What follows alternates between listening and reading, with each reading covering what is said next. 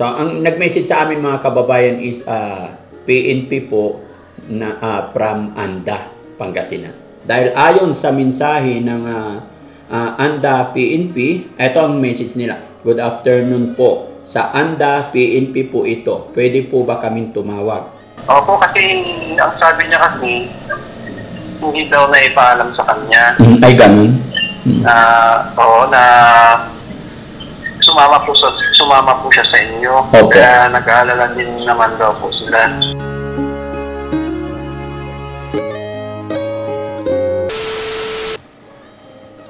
Ay, wala na. So, ayan mga kababayan, mga kabarangay, magandang gabi po sa atin lahat.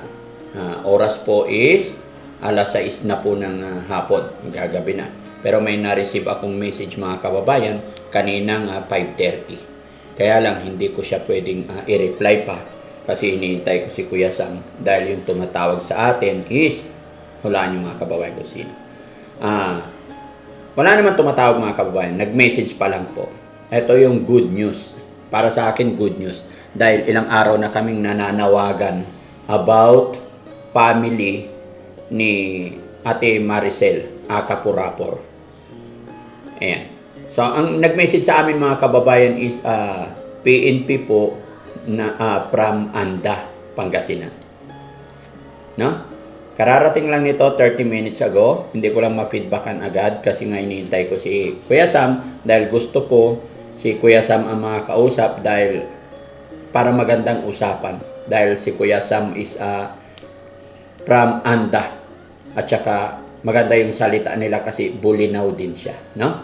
So, ibibigay ko kay Kuya Sam para siya makipag-usap. Dahil ayon sa mensahe ng Anda PNP, ito ang message nila. Good afternoon po. Sa Anda PNP po ito. Pwede po ba kaming tumawag? So, hindi na namin hintayin na sila ang tatawag mga kababayan. Much better, kami na lang po ang tatawag. Kadahilanan mga kababayan, nandito po kasi ang nanay ni Maricel Acapurapor. Nag-aalala daw kasi siya sa anak niya. Ayun.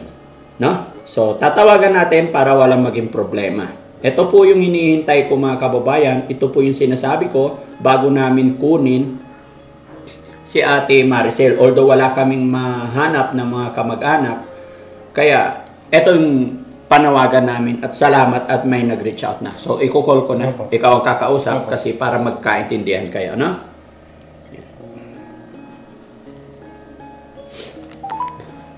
Yan na, naka-loudspeaker yan.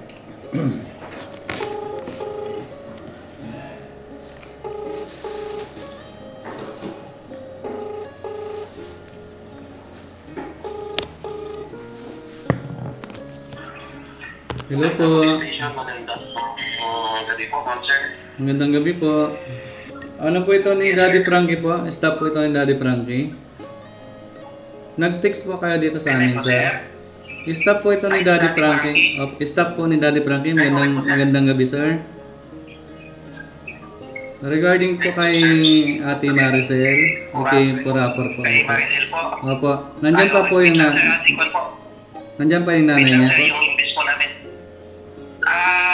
Nandito po kanina, sir, pero yung invest po namin, sir, kausap ko na lang po kayo, sir. Hinintay niya yung tawag niyo, sir. Ay, okay po. Okay po, sir. Wait lang po, sir. Sige po.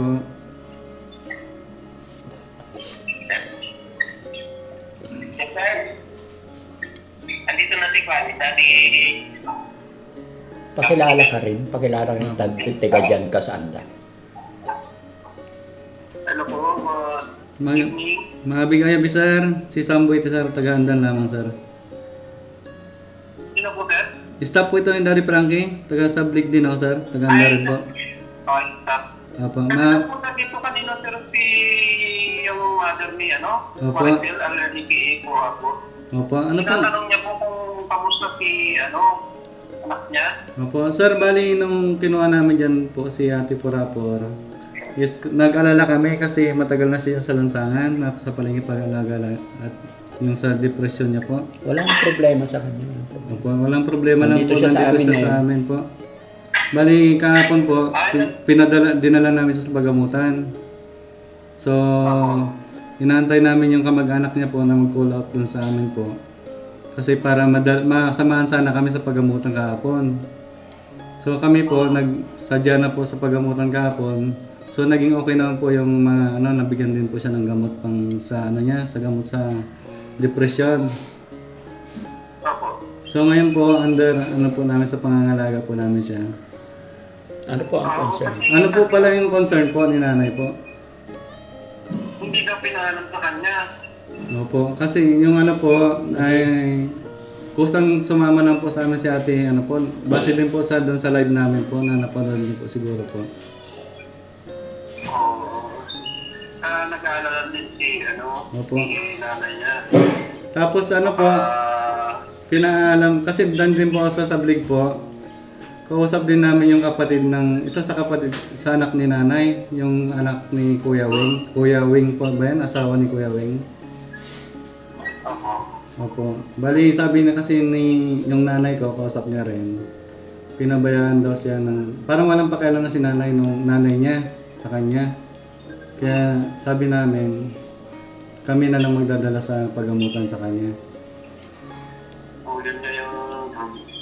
Pinapaano yan, pinaparehab, kaso pumapasa naman sa interview. Opo, kasi doon din po sa kahapon, sa exam din sa kanya, nasasagot niya lahat ng mga tanong sa kanya sa hospital. Oo nga po eh. Pero gustong ipa-admit. Yun ang problema. Opo, yung isa din kahapon po, pinapa-admit siya kahapon ng doktor. Kaso kailangan ng kamag-anak na magbabantay na babae. Nag-aantay kami. Wala kaming choice kundi na lang siya, outpatient kasi walang magbabantay doon sa hospital sa kanya sa Pampanga. Saan tala na? Nandito po sa pangangalaga ng Team Daddy Frankie. Pangasinan. Sa Pangasinan din po, sa Malasikip. Ay, Malasuki. Opo. Sabihin mo naka-record yung isa. Sasabihin ko na lang po kay, dun sa nanay niya. Balik kayo lang po ngayong si Maricel kung sakali. Ipapasa ko po kay Daddy Frankie po. Okay lang po. Ay, sige po. Sir, magandang gabi po. Good evening, sir. Good evening, sir. Sir, si Daddy Frankie po ito. Thank you so much po sa pag-reach out nyo sa amin. Yes, sir. Si Sir Staff Sergeant Cervera po, sir. Salamat, sir. Magandang gabi ulit, sir. Sir, remind ko lang po kayo, naka-record po itong usapan natin. Okay lang po ba? Opo, saan niyo po gagamit? I-post niyo po ba? Yes, sir. For documentary purposes lang po. Kasi bago namin kunin talaga si Ate Purapor is nagre-reach out talaga kami ng kamag-anak. Pero kung ano yung concern ng magulang niya, sir, wala akong problema sa akin. Anytime, any moment, pwede naming ibalik kung anong gusto nila. Ang sabi lang po naman ni nanay ni Maricel, kung ano nang kalagayan niya. Okay. Parang bumabalita lang sila. Maricel. Opo, kasi ang sabi niya kasi, hindi daw na ipaalam sa kanya. Ay, ganun. Na sumama po siya sa inyo. Opo. Kaya nag-aalala din naman daw po sila. Yes, sir. I understand.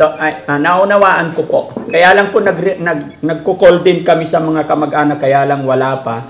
Parang tiyahin yung nakausap ni Samboy na tiga dyan sa inyo sa Anda, is ang sagot sa kanya kasi may message din po na parang sinabi na pinabayaan na daw ng magulang. Pero ngayon na may nag-message at nagpunta dyan ang nanay ni Ate Maricel, so masaya po ako, at least makakausap namin. Pwede namin siyang puntahan bukas para mapanatag po siya. Sige po, sabihin ko na lang po. Alam niyo po ba yung address niya sa Malong? Opo, tabi ni Mayor lang. Tabi ni? Mayor. Oo. Saan lugar po ba yun, sir? Yung nanay niya po dito sa Barangay Malong lang, malapit lang kila Kapitan. Okay, sige. Malapit lang kay Mayor. Alam mo yun, sir? Alam naman pala ng kasama ko. Actually, sir, bago namin kunin yan, pinapahanap ko talaga sa mga kasamahan ko yung family. Kaya lang yun nga sinabi ng tiyahin. Nakausap ko na yung bayaw niya, si Owen. Nakausap naman pala yung bayaw bago namin kunin. Si Wing po. Yung nanay niya po kasi ang dito. Yes po. Naiintindihan namin kayo, sir. Walang problema sa amin. Kung ano yung gustong mangyari ni nanay. Wala rin problema sa side namin. Kinakamusta niya lang po naman yung anak niya kung paano na ba siya, kung okay ba. Okay. Right now po, sa ngayon po sir, today start po ang pag-iinom niya ng gamot dahil kagabi nadala na namin siya ng pagamutan. Ang request sana ng mga doktor is i-admit siya. Kaya lang ang hiling ng hospital may magbabantay na relatives. So, hindi kami relatives kaya pag-transaction kami na kung po pwede outpatient na. Katunayan nga po yan, this coming June 3 is follow-up check-up niya. Ibabalik namin po ulit doon. Sige po. Pero kung ano ang pupuntahan niya naman po si nanay niya, di ba, sir? Opo, para walang maging problema. Alright. Sige po, tatawagan po namin yung nanay niya at gano'n na lang po ang sasabihin namin, no? Yes, sir. Maraming salamat, sir. Paki-inform na lang po yung nanay na nagpunta dyan na hintayin na lang nila kami para puntahan namin siya. Sige po. Salamat, sir. Magandang gabi po.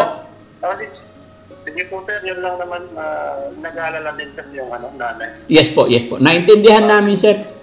Salamat po. Pasensya na po, sir. Sige po, sir. Pasensya na rin po sa No. na. It's okay po. No problem po. Good evening po. Sige po. Thank you so much. Magandang gabi. God bless po.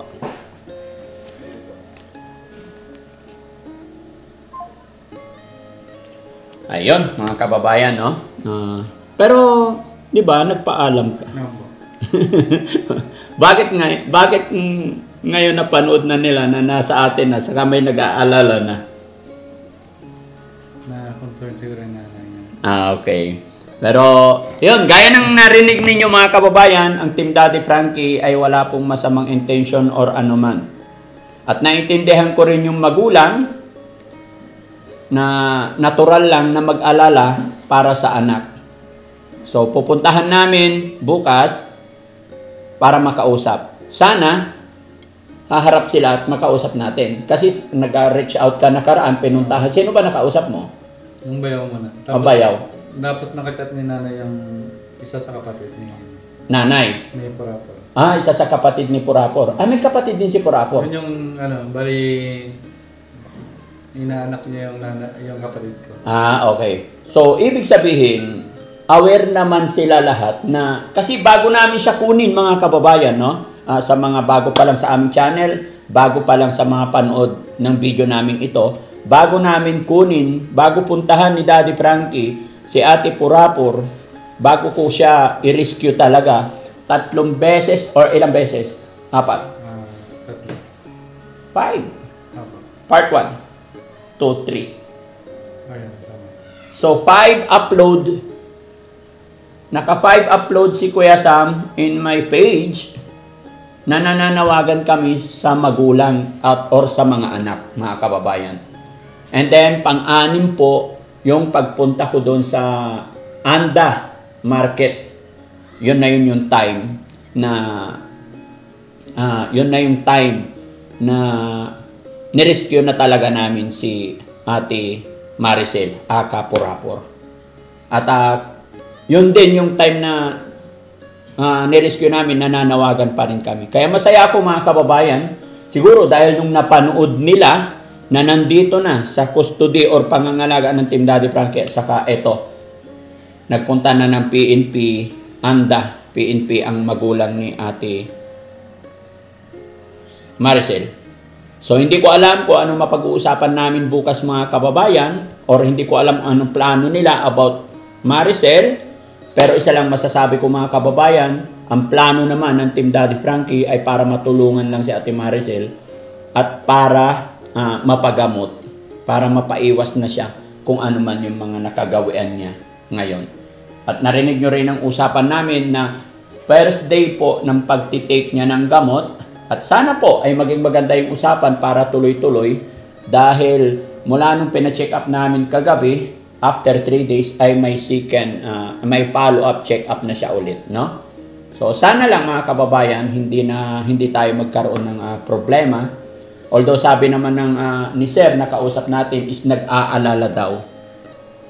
Although hindi ko pa rin alam kasi much better pa rin na magkausap kami ng nanay ni Ate Maricel. Pero kung si Maricel naman ang kukumustahin nyo, andito po siya ngayon, nagko-coffee at nakatatlong palit na ng damit. So yun lang muna ang update ko sa inyo mga kababayan. Abangan nyo po yung susunod na pag-uusap namin ng mama ni Ate Maricel. Ang tanong mga kababayan, ano nga po ba talaga ang sadya or plano nila? Maraming salamat. Magandang gabi po sa atin lahat. God bless po.